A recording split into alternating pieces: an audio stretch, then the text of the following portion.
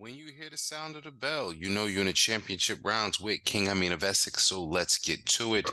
We're going to start with a recap of last week's action. First and foremost, salute to Naomi Valle. She won her bout via unanimous decision in Costa Rica. She moves to 11-0. Yes, she is the sister of Yokasta Valle.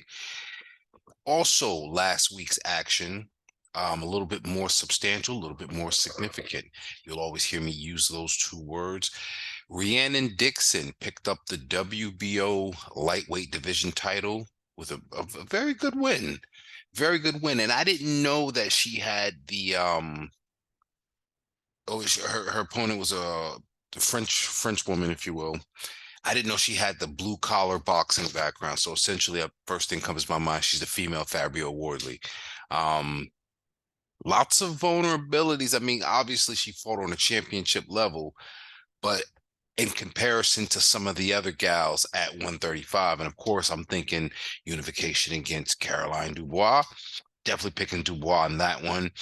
There's also the interim WBC champ, Maria Moneo.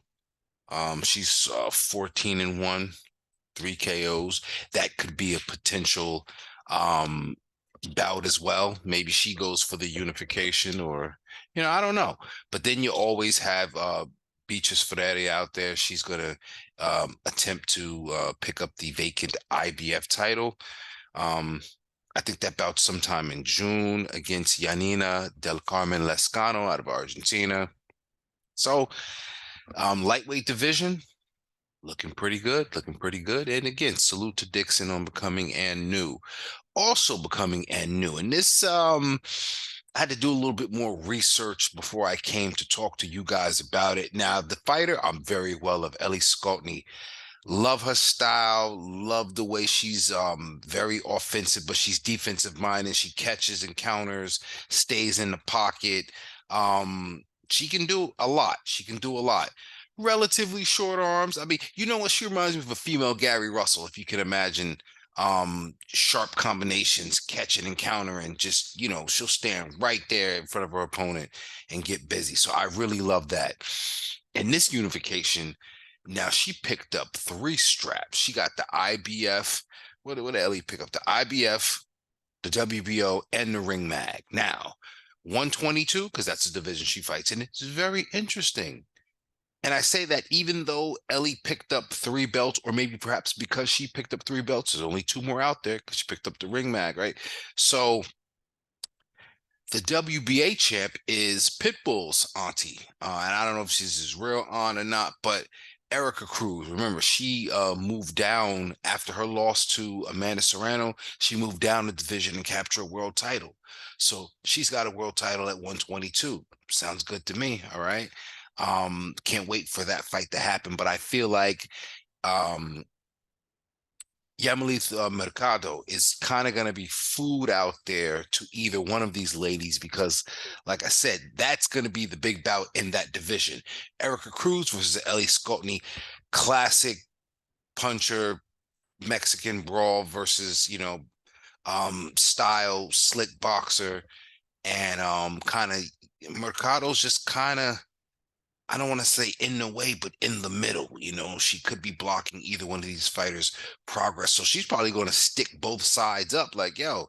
And again, I'm not saying that she's going to lay down, but I just think against the level of competition between those two gals, I think Cruz has done a magnificent job of wilting her opponents away with the volume punching and also a bit of counter punching as well. Doesn't make herself vulnerable to be hit. Does the same thing her nephew does when she tucked that chin before she throws anything overhead. So it's hard to, get a clean shot off on her. So that's 122. That's Ellie Scotney. That's the weekend. Now, not quite over the weekend, but leading into the week, we heard some words, some friction. And again, you can call me tender, You can say I'm tender. I didn't like to see, because both of them are my girls. I didn't like to see Sandy Ryan and Chantelle Cameron go back and forth.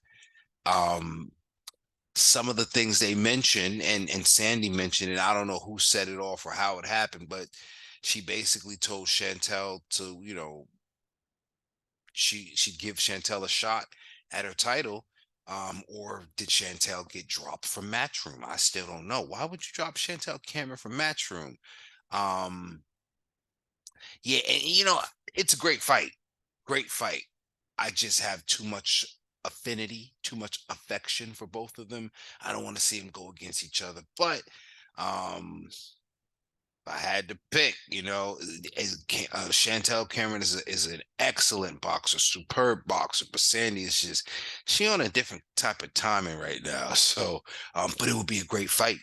Can't complain about somebody coming up. You talk about the former undisputed at 140, only coming up one division. Great fight, great fight. I would have to accept it. Oh, it'll be good. Good stuff. But we don't know if that's happening. We don't really know what's next for Sandy. Don't really know what's next for Chantelle. And maybe here's why. Because there's a fight that's happening that I totally was objecting.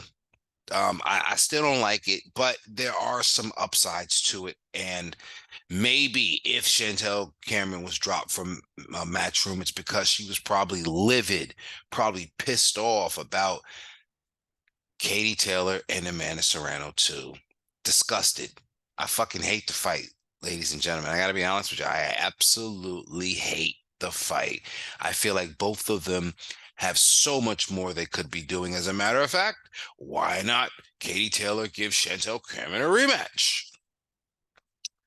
But here's the flip side, guys. And did you hear? Reportedly, Katie Taylor is making $6 million for this fight. Women's boxing, right? But there are some points that you need these two players. I mentioned last week, Amanda, she says she don't need the money. We don't think she needs the money, but women's boxing does need this. The visibility, being the co-support to Jake Paul and Mike Tyson, although that is a spectacle, it always happens that Amanda Serrano brings legitimacy to Jake Paul cards. On Netflix. So you're stamping Netflix as a legitimate sports network right away with this type of fight. Yeah, and it's in a big venue, AT&T Stadium, Arlington, Texas. It's not the 12-by-3 as Amanda prefers, but you know plus, okay, so now let's talk about this aspect too. I think that this fight also clears the way for Bumgarner Shields in that there's no more kind of discrepancy about will or can a fighter come up three divisions. Because here we go. Remember, Taylor's at 140. Okay. Um, Serrano's still at 126. So now we're talking about three divisions, a fighter moving up or how. So now I think again a lot of wins and precedents being set by Taylor and Serrano with this one, even though, like I said, I think both of these girls can do something better with their time. I fucking hate the fight, but fight needs to happen, All right. Now, not much happening this weekend. You do have some domestic action. I think this is on a Golden Boy card out of Commerce, California. California, as Arnold Schwarzenegger would say. Guadalupe Medina, she is 5-0 with 2 KOs. Sabrina Persona, 3-1 with 1 KO. And I mean, this is in a division we got to keep our eye on it. This is 105 pounds, is straw weight.